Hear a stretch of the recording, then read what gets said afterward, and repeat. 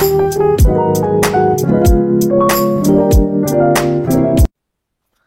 Everyone, welcome to मोटा भाई classes. तो जो हमारी सीरीज चल रही थी उसी में आप एमसीक्यू सीरीज में हम नेक्स्ट चैप्टर स्टार्ट करते हैं, that is the print culture and the modern world. Sequence wise देखें तो ये 5th चैप्टर होता है हिस्ट्री का, एनसीईआरटी क्लास 10th का, but according to the importance तो मैं इसको 3rd नंबर पर लेकर के चल रहा हूँ। नेम है क्या? Print culture and the modern world. क्या नाम है इसको हम जो लोकल उसमें बात करते हैं वो क्या नाम है इसका? प्रिंट कल्चर, इस नाम से भी इस चैप्टर को पढ़ाते हैं, print culture and the modern world. इसमें हम क्या क्या देखने वाले हैं उसको एक ब्रीफिंग ले लेते हैं जिससे आपको एक आइडिया रहे। 30s इसमें रहेंगे क्या? एमसीक्यू। फिर उसके बाद क्या होता है हमारा? True false 30 question. 3 will be matching and remaining will be what?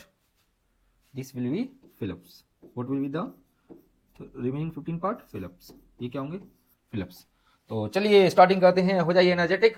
और सभी से रिक्वेस्ट है कि एक गिलास पानी लेकर के सभी बच्चे बैठेंगे, जिससे कि अगर बीच में आपको नींद आती है या थोड़ा बोरिंग फील होता है तो थोड़ा सा हर 10 मिनट के गैप के बाद एक एक सिप पानी की लेंगे। सही बच्चे, चलिए with full of enthusiasm and motivation start करते हैं। पहला question, penny magazines were specially meant for? Penny magazine मतलब छोटी छोटी, ठीक है, they were specially meant for the women's. यहाँ पे एक वर्ड आया कौन सा? पेनी। पेनी मैगजीन्स, ये किसके लिए था बेटा? वीमेंस के लिए। किनके लिए? वीमेंस, क्योंकि इनको इतना ज्यादा उससे नहीं पढ़ रही थी, हल्का फुल्का पढ़ना होता था, छोटी छोटी चीजें पढ़नी होती थी, तो इसलिए इनको नाम दिया क्या? Penny magazines. Leading libraries in England become instruments for educating. जो लाइब्रेरीज थी वो किसको एजुकेट करने का मीडियम बन गई? पहला white collar workers and artisans, second artisans and lower middle class people, third white collar workers, fourth is white collar workers, artisan and lower middle class people. यानी कि सभी को, किस किसको? व्हाइट कॉलर वर्कर्स को एजुकेट करने का medium बन गई, आर्टिसंस को, लोअर मिडिल क्लास पीपल को भी एजुकेट करने का मीडियम बन गई। यानी कि अगर इसमें ऑप्शन होता ऑल ऑफ दिस तो भी होते ये कौन कौन से? ये और ये तीनों, और नहीं तो एक में दे दिया समझ करके, तो क्या है आंसर इसका? D. By the late 18th century the press came up with, press किसके साथ चीजें आई? मेटल के साथ।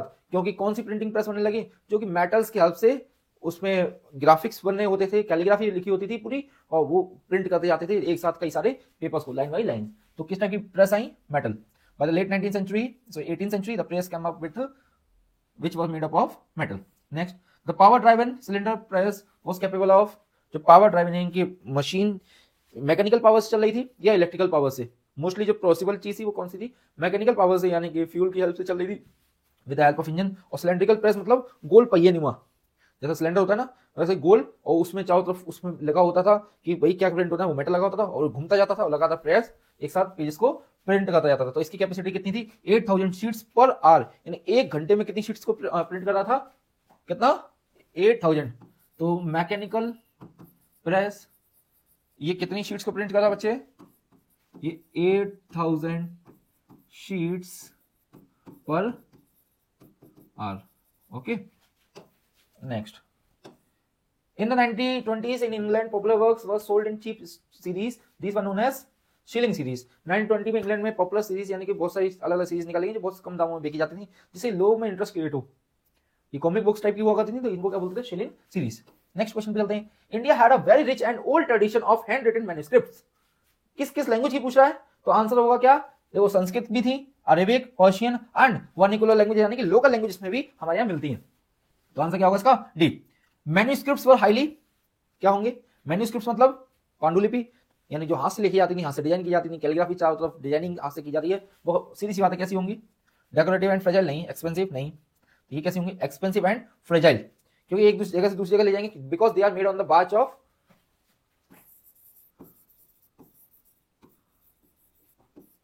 ये भी क्वेश्चन आएगा भी, कौन सा ट्री की बाच पे बनती थी? और इनको हमने बोला क्या? Manuscripts. कौन सी स्क्रिप्ट्स? मैन्युस्क्रिप्ट्स। कैसी होती नहीं है? Expensive and fragile. The printing press first came to Goa with Portuguese missionaries in the, कौन सी सेंचुरी में आए पोर्तुगीज मिशनरीज? याद करो, 1498 में कौन आया था इंडिया में? Vasco D gamma. कौन आया? Vasco D gamma. यानी कि लगभग एंड में, किसकी सेंचुरी? 15th सेंचुरी के। तो यानी कि जो मिशनरीज हैं उसके पीछे भी जाए होंगे, वो आया फिर वापस गया, फिर उसके बाद लोग आए होंगे। तो कौन सी सेंचुरी में आए? 16th century. तो आंसर क्या होगा इसका? Mid 16th century. कौन सी century? Mid 16th century. Next question, Catholic priest printed the first Tamil book in dash at Cochin. कौन सी ईयर में? 1579। कौन से ईयर में? 1579। कहां पर? कोचिन में। किस जगह? कोचिन में। किसने? कैथोलिक प्रीस्ट, इन्होंने क्या किया? पहली तमिल बुक को प्रेजेंट किया। कहां पे? कोचिन में। कब? 1579 में। अगला, the Deoband seminary was founded in. Deoband जो सेमिनरी थी यानी कि एक ग्रुप था, वो कब बना? 1867। कब? 1867। नेक्स्ट, अमर जीवन वाज एन ऑटोबायोग्राफी ऑफ राज सुंदरी देवी। कौन सी ने लिखी? कौन सी बुक? अमर जीवन। कौन सी? अमर जीवन। किसने लिखी? किसने लिखी बेटा? रास सुंदरी देवी। किसने? रास सुंदरी देवी। ओके। स्त्री धर्म विचार, कौन सी बुक? इसको अगर हम ऐसे लिखें तो ज्यादा बेटर रहेगा, Stri Dharma Vichar. This book was written by whom? तो बेटा इसको लिखा था राम चड्ढा। कौन? राम चड्ढा। किसने? राम चड्ढा। इसमें बताया क्या कि भैया वीमेंस को क्या होना चाहिए? ओबीडियंट वाइफ होना चाहिए, यानी बातचीत मानने वाले, यानी कि बहुत शिष्टाचारी टाइप की वाइफ होना चाहिए। आगे, छोटे और बड़े का सवाल was written and published by Kashi Baba. किसने लिखी बेटा? ये काशी बाबा। लिखते हैं इसको, छोटे एंड बड़े का सवाल। लिखी किसने बेटा? ये काशी बाबा। किसने? काशी बाबा। हुआ सिटीनेट Kashi Baba. Kashi Baba Kanpur mill workers wrote and publish छोटे एंड बड़े का सवाल इन 1938। कब? 1938। बेटा देखिए, जितनी मैक्सिमम पॉसिबल इंफॉर्मेशन हो सकती है मैं उसमें देख करके चल रहा हूं आपके लेवल के according. Kesari was owned by, किसने लिखी थी बेटा? ये केसरी एक न्यूज़पेपर था। कौन था इसका पब्लिशर? एडिटर कौन था? बाल गंगाधर तिलक। एक था मराठी और दूसरा था केसरी, और केसरी की लैंग्वेज क्या थी? मराठी लैंग्वेज। ओके। बाल गंगाधर तिलक वॉज इम्प्रिजन्ड इन, कब? 1908। क्योंकि इन्होंने पंजाब के जो रिवॉल्यूशनरीज थे उनके सपोर्ट में कुछ आर्टिकल्स पब्लिश किए, जो कि इंडिया के जो उस टाइम वाइसरॉय थे उनके खिलाफ कुछ चीजें बोली थी इन्होंने, तो और ब्रिटिश गवर्नमेंट के भी खिलाफ कुछ चीजें पब्लिश की, इसलिए इनको अरेस्ट कर लिया गया 1908 में। और इन्होंने दो वो लिखे, कौन कौन से? तिलक साहब इन्होंने कौन कौन से लिखे? एक तो Maratha and second was the Kesari. कौन सा? Kesari. The earliest kind of print technology was developed in, earliest पुरानी टाइप की कहां का डेवलप हुई? सबसे पहले हमने चैप्टर में पढ़ा चाइना, फिर जापान, और फिर थर्ड वाज कौन था? Korea. Next question, the major producer of printed material was, printed material का मेजर प्रोड्यूसर कौन था बेटा? चाइना। ठीक है। क्यों? क्योंकि इसके यहाँ एक एग्जाम हुआ करता, सिविल सर्विसेज एग्जामिनेशन, और उसकी तैयारी करने के लिए, उस पेपर को लिखने के लिए बहुत सारे बच्चों को क्या चाहिए होता था? पब्लिशिंग मटेरियल, जिसको लिख सके और पढ़ सके, जैसे बुक्स टाइप। जैसे आज हम सिविल सर्विसेज की तैयारी करते हैं, वो सारे लोग तो बुक्स से पढ़ते हैं, जैसे एम लक्ष्मीकांत दुकान एनसीईआरटीज हुई, आप लोग भी आपकी एनसीईआरटीज हुई, है ना? तो ये क्या है? आपके प्रिंटेड मटेरियल है जिससे आप इंफॉर्मेशन को गैदर कर रहे हैं। तो इसका आंसर क्या होगा? China. Next, Buddhist missionaries from China introduce hand printing technology into Japan around, कब जापान में बुद्धिस्ट मिशनरीज ने इंट्रोड्यूस की चाइना वाली प्रिंटिंग टेक्नोलॉजी? कब? 768 से 770 एडी। कब? 768 से 770 AD. The earlier name of Tokyo was, Tokyo का अगला नाम क्या था? पुराना नाम अर्लियर नेम क्या था टोक्यो का? ईडो। क्या नाम था? Edo. Marco Polo return to Italy after many years of exploration in, Marco Polo कब वापस गया? 1295। कब? मार्को पोलो, मैं यहाँ पे लिख देता हूं वापस, जैसे आपको अलग लगे थोड़ा और याद भी रहे, टू इटली। कब? कब गया बेटा? 1295। कब? 1295। चाइना से वापस गया कई सालों की एक्सप्लोरेशन के बाद। अगला, John Gutenberg developed the first known printing press in the 1430s। आपने टॉपिक भी पढ़ा हो, गुटेनबर्ग प्रिंटिंग प्रेस। इनका बेटा ये कितने मार्क्स से क्वेश्चन में आएगा? कुछ बच्चे ये पूछ रहे थे, ये 1 मार्क भी आ सकता है, 2 मार्क भी पूछ सकता है ना, और 3 मार्क्स टाइप में भी आ सकता है, एंड 5 मार्क्स ऑल्सो। ये किसी भी टाइप में आ सकता है, depending on the type of question, कि किस टाइप क्वेश्चन बोर्ड बनाता है, किस टाइप का क्वेश्चन बोर्ड डेवलप करेगा। ठीक है, तो ये उसी टाइप के क्वेश्चन में आ सकता है। तो यहां पर क्या पूछा है? Gutenberg developed the first known printing press in the, कब? किस ईयर में? तो बेटा इसका आंसर क्या होगा? 1430। ठीक है, 1430 में इन्होंने क्या प्रेस, कौन सी प्रेस डेवलप की? गुटेनबर्ग प्रिंटिंग प्रेस, जो कि उस टाइम की प्रिंट करने वाली सबसे फास्टेस्ट प्रेस हुआ करती थी, सबसे फास्टेस्ट। तो आप क्वेश्चन का आंसर देंगे डैश नंबर ऑफ बाइबल्स, जो बुक इन्होंने पब्लिश की 3 years by Gutenberg press, printing press जो थी, उसने कितनी नंबर ऑफ बाइबल्स प्रिंट की, यानी 3 साल में कितनी नंबर ऑफ बाइबल्स उन्होंने प्रिंट की, कितने सालों में, 3 सालों में कितनी नंबर ऑफ बाइबल्स प्रिंट की, आपको आंसर में बताना है। The shift from hand printing to mechanical printing led to the dash revolution. कौन सा रिवॉल्यूशन आया, कौन सी प्रिंटिंग से, हैंड प्रिंटिंग से मैकेनिकल प्रिंटिंग में, तो बेटा कौन सा आएगा, क्योंकि चैप्टर ही इसी पढ़ रहे हो आप, क्या नाम है इसका, printing revolution. Next, print revolution. Next question, a historical account of folk tale in verse usually सung और रिसाइटेड इज कॉल्ड, इसको क्या बोलते थे, हिस्टोरिकल जो चीजें थी और किसकी फॉर्म में, लोकगीत, लोक गानों की फॉर्म में अगर हम पढ़ रहे थे, याद कर रहे थे, बोल रहे थे, गा रहे थे, उनको गुनगुना रहे थे, उसको हम बोलते थे क्या, बल्लाड्स, क्या, ballads. Next question, 95 theses criticizing many of the practices or rituals of the Roman Catholic Church was written by, किसने लिखी, क्या चीज, 95 theses, कौन सी, किस चीज के लिए, criticising the rituals of Roman Catholic church, किसने लिखी बेटा, ये मार्टिन ल्यूथर किंग, किसने, मार्टिन ल्यूथर, किसने, Martin Luther. Next, a Roman Catholic code for identifying and punishing heretics was called, क्या कहते थे उसको, इंक्यूजन, क्या बोलते थे इसको, इंक्यूजन। देखो एक नया वर्ड निकल के आया आपके लिए, इंक्यूजिशन, इंक्यूजिशन, ये क्या है, इसमें आप इसको डिटेल में लिखेंगे। Question number 27, by the 17th and 18th century literary rates क्या हुए, चीजों के रेट क्या हुए, लिटरेरी पढ़ने वाली चीजों के रेट क्या हुए, कम हुए, ज्यादा हुए, कैसे हुए, देखिए options are, A went down in most part of the Europe, Europe में कम हुए, remained same in most part of the Europe, third went up in most part of the Europe, D none of the above. क्या हुआ, जो literary rate से वो क्या रहे, कॉमन रहे, ना ज्यादा चेंजेस नहीं आए, ना ऊपर के ना नीचे, यानी remained same in most part of the Europe in the 17th and 18th century. Next question, the ritual calendar were called, ritual calendar क्या होते हैं, जैसे कि जिसमें त्योहार वगैरह मेंशन होता है, आपने देखा होगा बहुत सारे हमारे हिंदी कैलेंडर आते हैं जिसमें त्योहार वगैरह मेंशन होते हैं, तो वो उसको क्या बोलते थे हम, एल्मेनेक, क्या बोलते थे, एल्मेनेक्स, क्या बोलते थे इसको, एल्मेनेक्स, क्या, almanac. Next, pocket size books that were sold by travelling peddlers were called, travelling peddler जो बेचते थे जगह जगह जाकर के पतली छोटी छोटी ट्रैवलिंग बुक्स, उनको क्या बोलते थे, पॉकेट साइड बुक जो जेब में रख के आप जा सकते थे, उनको बोलते चैप बुक्स, क्या, चैप, चैप को रिलेट कर सकते हो चीप से, चीप मतलब सस्ती आएगी, छोटी होगी, पतली होगी, उसको पतली होगी तो आप आराम से उसको पॉकेट में रख के ले सकते हैं।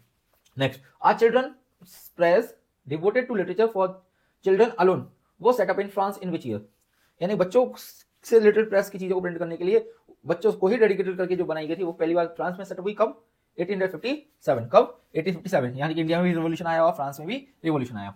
आगे चलते हैं, इंडिया में कौन सा रिवॉल्यूशन आया, रिवॉल्यूशन नहीं था बेसिकली, वो क्या था, रिवोल्ट था। इंडिया में कौन हुआ, रिवोल्ट 1857 हुआ, जबकि फ्रांस में क्या हुआ, बच्चों को लेकर लाइब्रेरी, बच्चों के लिए क्या क्या अरेंज की गई, प्रिंटिंग प्रेस, जो उनसे रिलेटेड लिटरेचर को प्रिंट करेगी। Next, production of hand written manuscripts was also organised in new ways to meet the expanded demands, बिल्कुल सही बात है।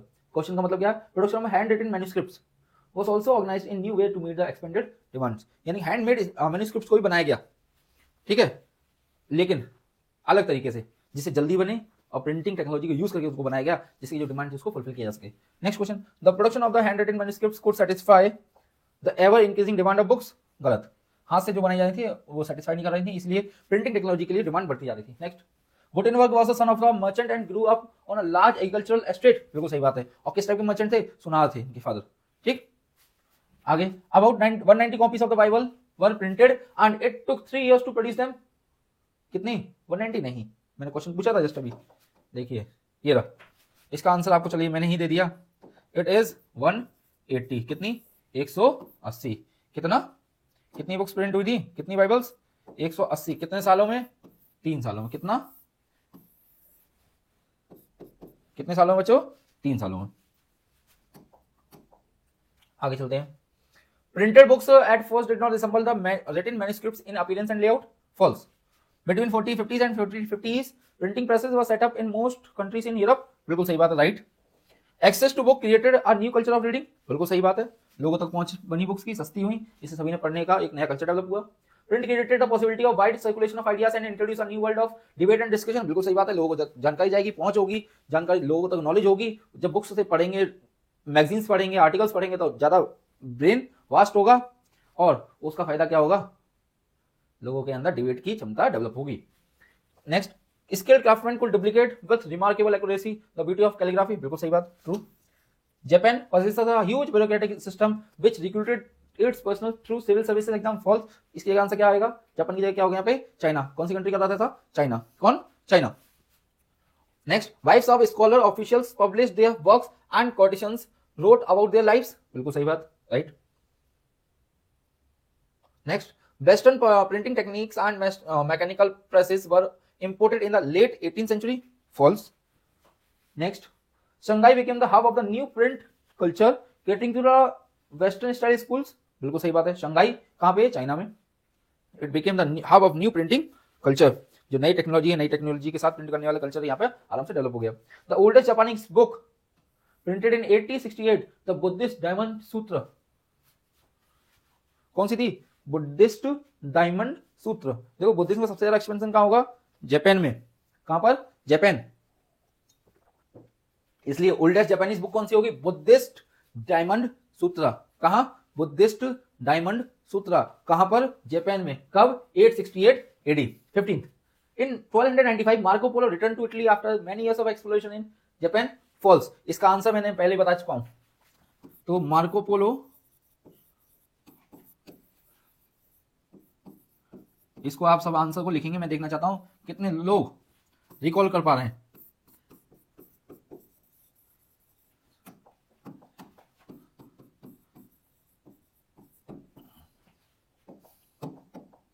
मैं दिखाऊं कहां दिखाया था मैंने? और चलते हैं, ये रहा बेटा। कब? छोटी सी झलक दे दी, अब आगे चलते हैं। तो कहां से एक्सप्लोरेशन करके कब हुआ बेटा? 1295। तो आंसर क्या होगा इसका? 1295। लेकिन कहां से? कहां से? तो इसका आंसर होगा बच्चों कहां से? चाइना से। कहां से? कहां से? चाइना से। कहां से? चाइना से। कहां से? चाइना से। क्लियर? मार्को पोलो कहां से वापस गया? चाइना से। कब? 1295। कहां गया? अपनी कंट्री। कहां पे? Italy. 16th, many people believe that books could change the world, liberate society from despotism and tyranny, बिल्कुल सही बात, true. Many historians have argued that print culture created the condition due to which the Russian Revolution occurred, false. By the 1780s, there was an outpouring of literature that mocked the royalty and criticized the morality, बिल्कुल सही बात है, true. Cartoons and caricatures typically suggested that the monarchy remained absorbed only in sensual pleasures, true. Print directly shaped the minds of the people and opened up the possibility of thinking differently, false. देखिए, print ने directly नहीं shape किया, print ने तो एक opinion दिया कि भैया क्या चीजें होनी चाहिए, क्या चीजें थी वास्तव में, कैसे सोसाइटी बनी थी और क्या क्या चीजें वास्तविकता है। ऐसा नहीं एक को दूसरी चीज बताई, दूसरे को दूसरी चीज बता रहे हैं, इन्होंने एक ओपिनियन दिया था लोगों को, इसलिए फॉल्स है। 21st, production of school textbooks became critical for the publishing industry, बिल्कुल सही, true. Penny magazines were easily especially meant for children, giving them knowledge about the environment, false, क्योंकि पहले डिस्कस कर चुके हैं इसके ऊपर। Next question, leading libraries have been in existence from the 17th century onwards, बिल्कुल सही बात, ट्रू। किसके बाद हुआ लाइब्रेरीज का कॉन्सेप्ट कब आया? 17th century के बाद। 24th क्वेश्चन इसको करते हैं। In 1517 Martin Luther wrote 95 thesis criticising many of the practices and rituals of the Roman Catholic church, बिल्कुल सही बात है, true. Next, in the 17th century, Manucci began to read books that were available in his locality, false. 26, the Roman Church began to maintain an index of prohibited books from 1558, बिल्कुल सही बात है। Roman Catholic church ने क्या किया? Prohibited books का index maintain किया, भैया ये बुक नहीं बिकेंगी, जिनसे उनको लग रहा था कि भैया उनके चर्च को खतरा है, लोगों तक सही चीजें पहुंचेंगी, ये लोग हमारे खिलाफ विद्रोही हो जाएंगे, उन्होंने उनको क्या कर दिया? सबको क्या कर दिया था? बैन, यानी कि प्रोहिबिटेड कर दिया। Next question number 27, through the 18th and 19th century literacy rates went up in most part of the Europe, false, constant रहे। Next, in England penny chapbooks were carried by petty peddlers known as chapmen, बिल्कुल सही बात, अभी discuss किया था थोड़ी पहले MCQ में। 29th, the periodical press developed from the early 18th century combining information about the current affairs and politics, false। 30th, the writing of the thinkers such as Thomas Paine, Voltaire etc. were widely printed and read, बिल्कुल सही बात है, जो इनके ideas थे, जो इनकी books थी, जैसे सोशल कॉन्ट्रैक्ट जो बुक थी, उससे बहुत सारे रिवोल्यूशनरी आइडियाज लोगों तक पहुंचे कि भाई किस तरीके से हमें रिवोल्यूशन करना चाहिए, क्या हमारी थिंकिंग होनी चाहिए, क्या आइडियोलॉजी होनी चाहिए, क्या हमारा नेशनलिज्म का कॉन्सेप्ट है, जो ये लोग बताना चाहते हैं वो नेशनलिज्म का कॉन्सेप्ट क्या है। तो आगे चलते हैं, यहाँ हमारा जो ट्रू फॉल्स सीरीज थी ये खत्म होती है। नेक्स्ट चलते हैं किस पर? एमसीक्यू पार्ट, जो कि थोड़ा ट्रिकी और कैसा है? हार्ड। एमसीक्यू में लेवल में अगर बात करेंगे, अगर इस टाइप का एमसीक्यू मैचिंग आती है तो ये सबसे हार्ड लेवल होगा। 1 मार्क क्वेश्चन का। 1 सेकंड प्लीज। हाँ जी, पहला क्वेश्चन, कैलीग्राफी क्या होती है बेटा? एक टाइप की राइटिंग टेक्निक होती है जिसमें कि डिजाइनर वर्ड्स बनते हैं। जैसे कि मैं ए बना रहा हूं, इस तरीके से बनाया, हो सकता है मैं इसको ए ऐसे बनाऊं, हो सकता है ए ऐसे बनाऊं, हो सकता है ये ए ऐसे बनाऊं, या हो सकता है ए मैं इस तरीके से बनाऊं, और कैसे बन सकता है ए मैं ऐसे बनाऊं। तो ये क्या है, अलग अलग राइटिंग टेक्निक्स हैं। और भी चीजें यूज कर सकते हैं हम इसमें, जैसे कि इस तरीके से बन सकता है ना, और कैसे बन सकता है, यूं बन सकता है। तो ये क्या अलग अलग राइटिंग टेक्निक्स है, इसी को क्या बोलते हैं, कैलीग्राफी। क्या बोलते हैं इसको, कैलीग्राफी, यानी डिफरेंट राइटिंग टेक्निक्स। तो देखते हैं इसमें कौन सा है, द आर्ट ऑफ, देखिए ऑप्शन क्या है, the art of beautiful and stylish writings. Vellum एक तरीके का पेपर होता है। A parchment made from the skin of animals, paper parchment made from the skin of animals. H taverns कौन से, a place where people gather to drink, जो कि हमारे यहाँ बोलते हैं शराब का अड्डा, ठेका।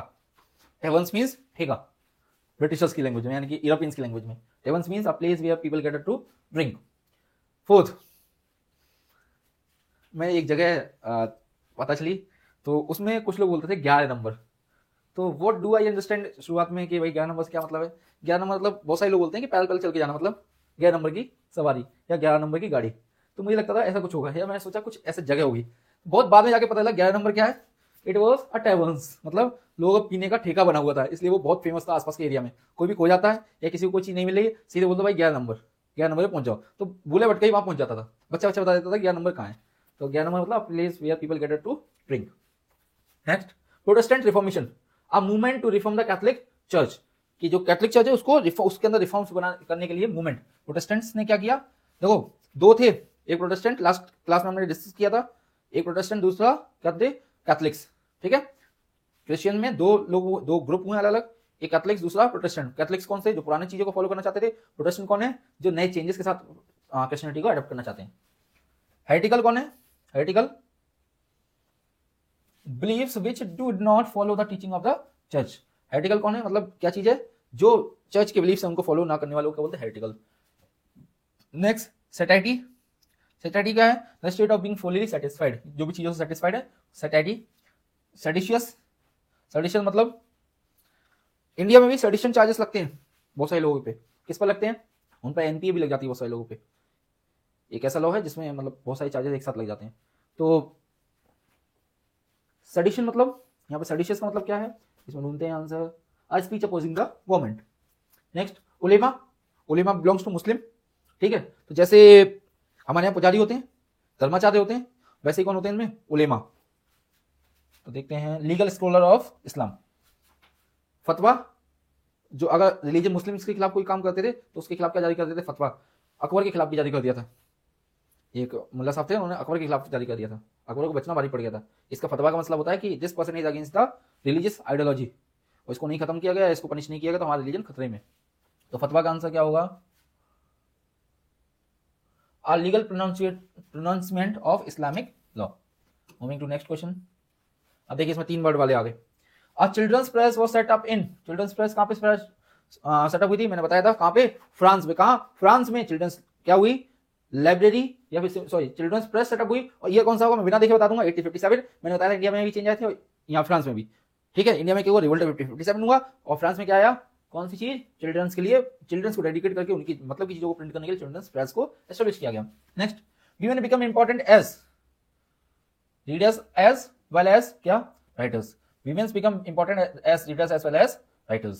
Next, Sling series was sold in, Sling series कहाँ बिकी जाती थी, इंग्लैंड में, और कब, was sold in इंग्लैंड, और कब, in the 1920s. Next question, the Great Depression occurred in, Great Depression कहाँ हुआ है, Great Depression occurred in 1930s. ठीक है, तो इसका ये होगा, the Great Depression occurred in the 1930s. Next, Bengal Gazette was edited by, Bengal gazette को किसने एडिट किया, was edited by James Augustus Hicky. किसने, जेम्स ऑगस्टस हिक्की। किसने एडिट किया बंगाल गजट को, बंगाल गैजेट किसने एडिट किया बच्चों इसको, जेम्स ऑगस्टस हिक्की। किसने? James Augustus Hicky. इसी को शॉर्ट में हमने क्या बोला? JA Hicky. हो गया ये वाला। Moving to next question. Oldest Japanese book कौन सी थी? Diamond Sutra. कौन सी जापानीज बुक है सबसे पुरानी? Diamond Sutra. कौन सी? डायमंड सूत्रा। क्योंकि हम जानते हैं डायमंड को बहुत ज्यादा प्रेशर टेम्परेचर झेलना पड़ता है, जो कि लंबे टाइम तक चीजों के बने रहने की वजह से होता है। इसलिए पुरानी बुक कौन सी है? डायमंड सूत्रा। ओल्डेस्ट जापानीज बुक डायमंड सूत्रा। किटाबा ओटामो कहां पे बॉर्न हुए? इट वॉज बॉर्न इन इलो। He was born in yellow. अब मान लो ये क्वेश्चन नहीं आ रहा, इसको छोड़ दीजिए, लास्ट में कीजिए, जो ऑप्शन बचेगा उससे करेंगे। मान लीजिए मैंने कहा ये वाला नहीं आता मुझे। नेक्स्ट करते हैं, द फर्स्ट प्रिंटिंग बुक कौन सी थी? Sorry, the first printing press कहां पे बनी या कौन सी थी? तो कहां पे कब बनी? 4030s। पहली प्रिंटिंग प्रेस कब आई? 1430s में। फोर्थ, हिस्टोरिकल एक्सेस और फॉकटेल इज नोन एज बल्लाड। मैंने बताया लोकगीत जो होते हैं उनको क्या बोलते हैं? बल्लाड। जैसे कि मैंने बताया जहां place where people gather to drink is known as taverns. वैसे बल्लाड क्या? पुरानी लोकगीत को गाना। Fifth, metal frame in which types are laid, वो क्या है? गैली। क्या बोलते हैं उसको? Galley. Next question, in the form of fill in the blanks. तो इसको स्टार्ट करते हैं फटाफट और कहते हैं इसको खल्लास। तो पहला क्वेश्चन आपके सामने है, राम मोहन रॉय पब्लिश संवाद कौमुदी फ्रॉम, कब से पब्लिश करना चालू की? इनके नाम क्या है? इनको हम बोलते हैं राजा राम मोहन रॉय।